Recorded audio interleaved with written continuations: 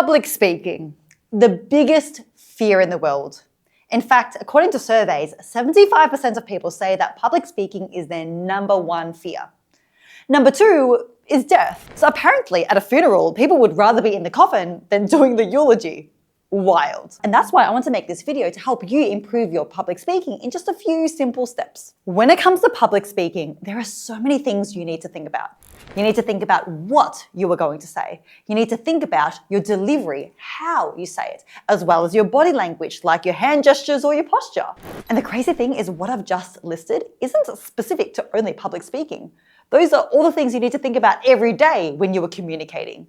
It's speaking 101. Those things that you have to think about is demanded of you anytime, whether you're on a Zoom call, whether you're in a work meeting, or you're at a networking event. But there are two main things that are different when it comes to public speaking, and I'm going to share that with you now.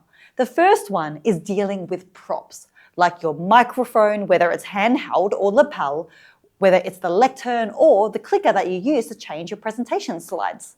The other thing that you need to think about is using the stage space. What do you do with your feet? Where do you walk? Do you go to the left, to the right, to the front, to the back, or in the middle? These are the variables in public speaking that aren't as practiced in the other areas of our life. And that's why when people do public speaking, they freeze because they have never practiced these things before. So in this video, I'm going to go through with you how you can improve these two unique aspects of public speaking. And at the same time, I'm going to be real. This is just a slither of the art of public speaking. If you want to become a more confident and engaging public speaker, whether you are a professional who runs meetings, a business owner who runs workshops, or you are an aspiring speaker, then there is so much more that we need to go through. My Voice for Impact video training is a comprehensive step-by-step video course to help you level up your speaking to become confident and charismatic on the stage and off the stage. The course contains 25 full videos with a whole section dedicated to public speaking skills. And in that section, you will learn how to flawlessly memorize a talk, how to avoid going blank on stage, how to stop yourself from shaking, as well as the do's and don'ts of using stage space. This course contains content that is not just generic content that you'll find on YouTube. It contains my tried and tested experience as a speaker for the last 10 years that has worked for me and my clients. Make sure you don't miss out on this course because I have provided a special exclusive offer to thank you for being here on YouTube in the link in the description below. This offer is not available anywhere else for anyone else, and it's not going to be available for much longer. So make sure that you click that link below to grab the course for that special deal now. And now let's go back to talking about how to become a better public speaker through using the stage space properly. A common mistake that a lot of new speakers make is they don't know what to do with their feet and they don't know how to use the stage space. They step onto stage and they feel small. They freeze because they don't know what to do or how to work the stage, so they just stay in one spot for the whole time. Or they do the opposite. They get nervous, so they start walking aimlessly and pacing the stage for their entire presentation. And that is pretty distracting.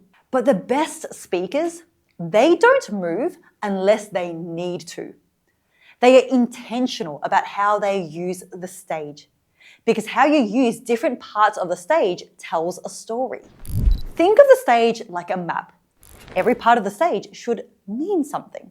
For example, the middle of the stage shows authority. When you stand in the center of the stage, you take up space and you show your credibility. You also stand here when you want to deliver a main point or a key takeaway that you want the audience to remember.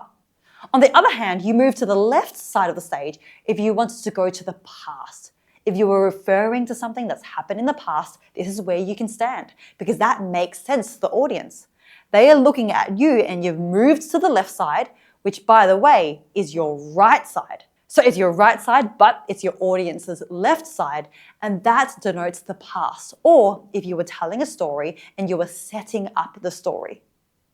On the other hand, you go to the right side of the stage to talk about solutions, to inspire for the future, or if you are wrapping up a story. And from the audience's POV, it makes sense. Then you come to the front of the stage and you get closer to the audience if you want to connect with them.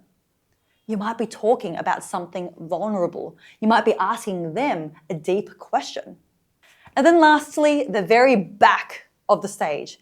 You should avoid standing all the way back here because there's too much of a gap between you and the audience. But this could be a good place to go if you want to take the spotlight off yourself. Maybe you've given the audience a reflection question or an exercise to do, or you want to highlight some visuals and you've played a video on the screen. Ultimately, the different parts of the stage mean different things.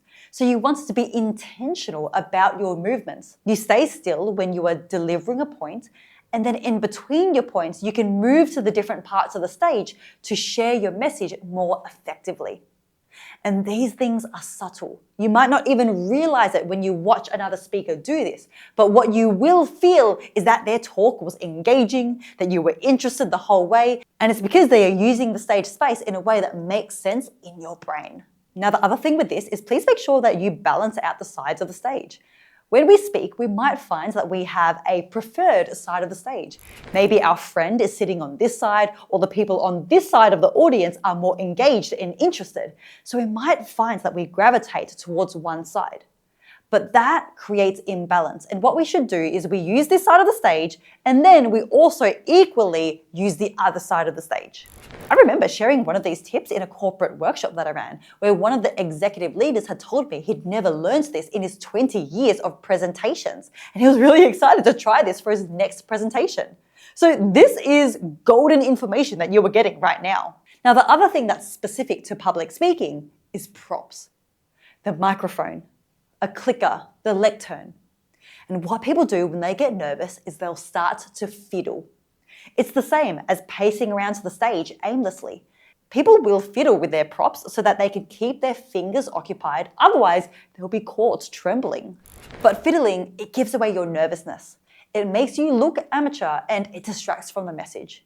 So whatever props that you use on stage, please make sure that you keep your hands still and relaxed. Confidence is intentional and poised. It's not jittery, it's not wasteful. And it's things that you don't even realize that you do.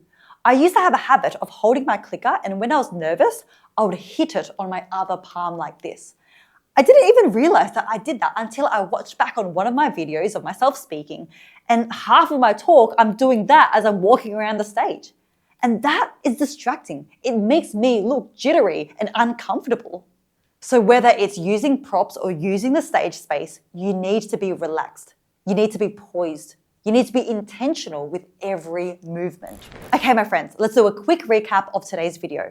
We first talked about stage space and how you can use the different parts of the stage to share a particular message. Whether it's the front, the back, the sides, or the center, each part of the stage means something. And then when you're using props, please don't fiddle with them, don't jitter, it makes you look nervous, and it's very distracting for the audience. So if you want to be poised and if you want to be a masterful public speaker, you need to try these things.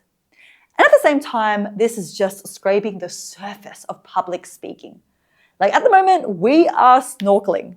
But if you want to go scuba diving and you want to really develop this skill of work presentations or workshops or being a keynote speaker, maybe even a TEDx speaker, then you'll get all that information in my Voice for Impact video training. As I mentioned before, it is a comprehensive 25 video course with a whole section dedicated to public speaking skills.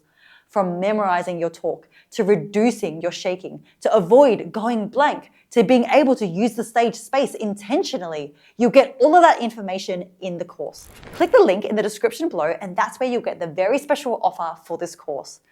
This is an offer to thank you for being here on YouTube, and it's exclusive. It's not available anywhere else. It's not available for anyone else. And it's not going to be available for much longer. So grab that course now in the link in the description below. And thank you once again for being here. Please make sure that you like and subscribe to this channel. I appreciate you for your support, and I'll catch you in the next video.